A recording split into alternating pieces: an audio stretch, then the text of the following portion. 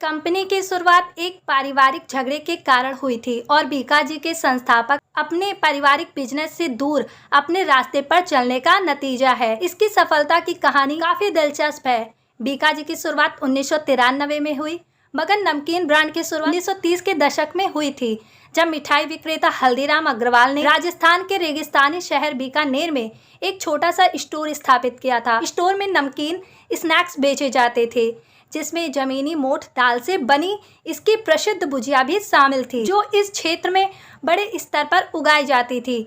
भुजिया तुरंत हिट हो गई और बीकानेर और आसपास के क्षेत्रों में लोकप्रिय हो गई।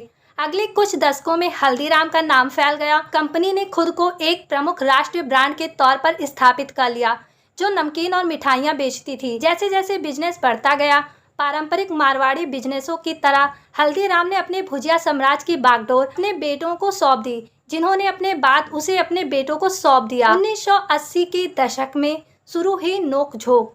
1980 के दशक में हल्दीराम अग्रवाल के पोते शिवरतन अग्रवाल खुश नहीं थे। उनके पिता ने हल्दीराम के कारोबार को अपने 4 बेटों के बीच बांट दिया था। सबसे बड़े बेटे ने नागपुर और पश्चिम भारत के बाजार में कारोबार की कमान संभाली।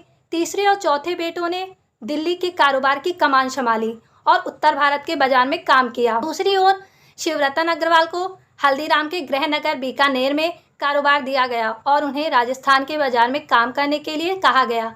शिवरतन अग्रवाल ने सोचा कि उन्हें अच्छी डील नहीं मिल पाई। हल्दीराम की दिल्ली शाखा का मुख्यालय राष्ट्र राजधानी में था और यह सालाना 200 करोड़ रुपए का कारोबार कर रही थी। इसकी तुलना में शिवरतन का राजस्थान बाजार मुश्किल से प्रतिवर्ष 60 करोड़ रुपए का कारोबार कर रहे थे।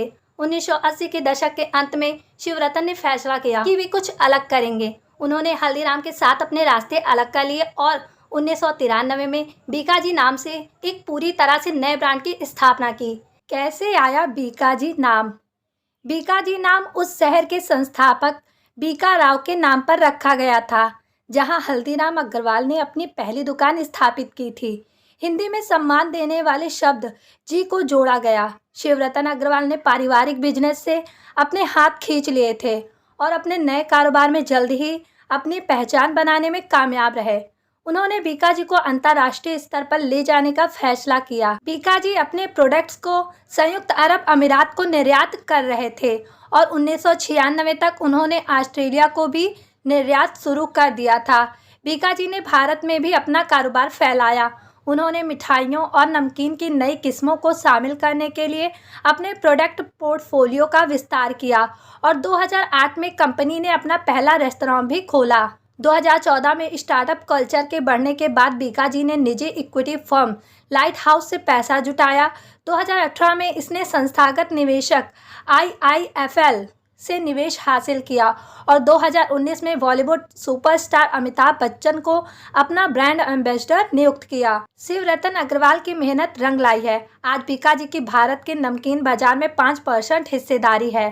शिवरतन के घरेलू बाजार राजस्थान में बीकाजी की 34% हिस्सेदारी है, जबकि उत्तर पूर्व और बिहार में इसकी 80% हिस्सेदारी और भी प्रभावशाली है। कंपनी अब नमकीन, मिठाई और नमकीन की 300 किस्में बनाती हैं और प्रतिदिन 200 टन स्नैक्स का उत्पादन करती हैं। भाइयों ने भी की तरक्की। शिवरतन अग्रवाल के भाइयों ने भी बेहतर प्रदर्शन किया। उनके बड़े भाई द्वारा संचालित हल्दीराम नागपुर का कारोबार 3000 करोड़ रुपए, जबकि हल्दीराम दिल्ली उनके 2 छोटे भाइयों द्वारा संचालित होता है का 4000 करोड़ रुपए का टर्नओवर है। हल्दीराम और बीकाजी मिलकर भारत के ओवरऑल पारंपरिक स्नैक बाजार का 40% नियंत्रित करते हैं। ये मिलकर $1 बिलियन से अधिक का कुल रेवेन्यू जनरेट करते हैं। भले ही हल्दीराम तेजी से बढ़ रहा है, पर बीकाजी ने दिखाया है कि एक दृढ़ संस्थापक अपने दम पर अपने लिए एक बड़ा नया बिजनेस बना सकता है, फिर चाहे उसे उसके लिए परिवार से अलग ही क्यों ना होना पड़े। आज बीकाजी का नाम काफी बड़ा हो गया है।